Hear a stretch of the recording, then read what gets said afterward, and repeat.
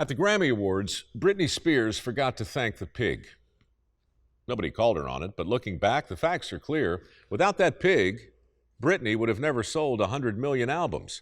There's no way.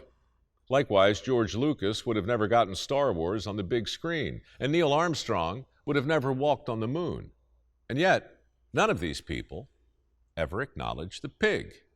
Bobby, on the other hand, he thought about that pig every day. And why wouldn't he? Thanks to the pig, Bobby died with a net worth of $3.2 billion and a product that changed everything. Fundamentally, Bobby was a tinkerer and a risk taker, but not necessarily in that order. When he was 12, he built a box kite, strapped it to his back, and dove off the roof of Grinnell College just to see if he could fly. Turns out he could, for about 30 seconds. Then there was the time he took a propeller and welded it to the back of his sled, along with an engine from an old washing machine. Turns out sleds with motors and propellers don't fly either, but they do go faster than normal sleds, much faster. Bobby was a tinkerer, you see, and a risk taker, but not necessarily in that order, and not just as a boy. When he was 21, Bobby volunteered to procure the guest of honor for a fraternity luau. In the light of a harvest moon, low and fat in the Iowa sky, the young physics major regarded his options, rooting around and grunting in the muddy pig pen. So many to choose from. Surely the farmer wouldn't miss a single swine, would he? 12 hours later, the guest of honor was turning slowly on an open spit, roasting to a crispy golden brown with an apple wedged in its mouth. It was, by all accounts, a very successful luau. But the next day, a moral hangover weighed heavily upon Bobby. What was he thinking? The pig was not his to take, and yet he had taken it. So Bobby returned to the burgled pig pen, confessed his crime to the farmer, and offered to compensate the man for his loss. And that was the moment. If the farmer lets bygones be bygone, all bets are off. But he doesn't. Because stealing a pig in Iowa back in 1948 was like rustling cattle in Colorado 100 years earlier. It was larceny, especially in Grinnell, where every action had an equal and opposite reaction.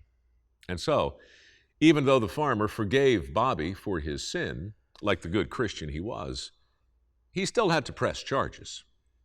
And even though the sheriff liked him, he still had to arrest him. And even though the dean of the college admired him, he still had to expel him.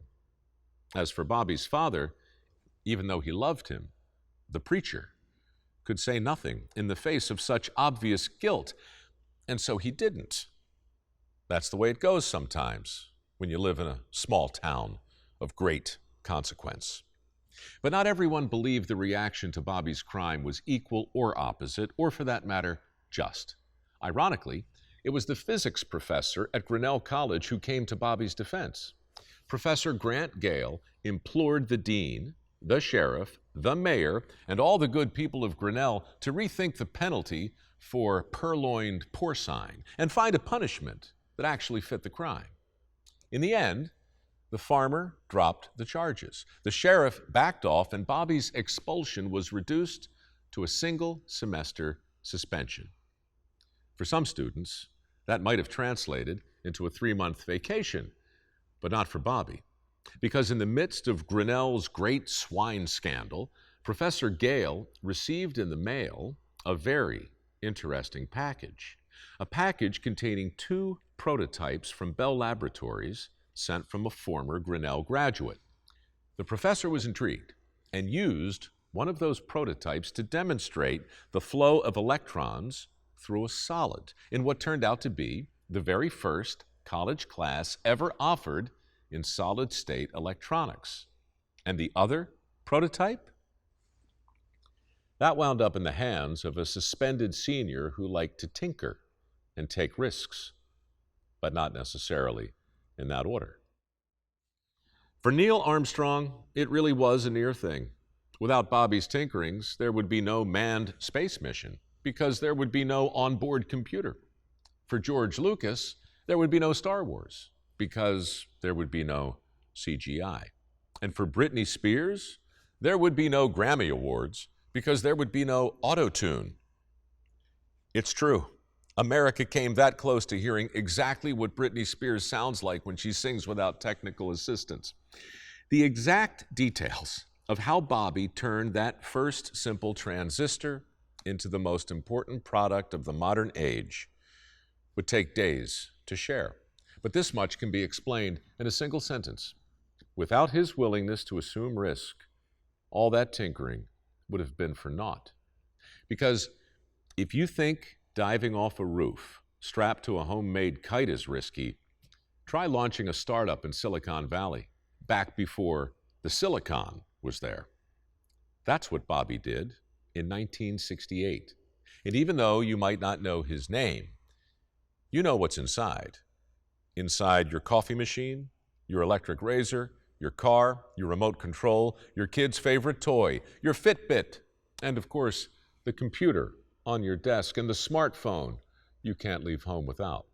It's the same thing he started tinkering with back in 1948 during his fortuitous suspension from a tiny college in a small town of great consequence. The same thing they're still tinkering with today at a little company called Intel. That's the legacy of Robert Noyce, the man who liked to tinker and take a little risk, but not necessarily in that order. But let's not forget his silent partner, the 25-pound suckling pig whose impact on our lives began with a brief appearance at a long-forgotten luau in America's heartland, and whose ultimate sacrifice gave us a tiny piece of silicon we call the microchip. Anyway, that's the way I heard it.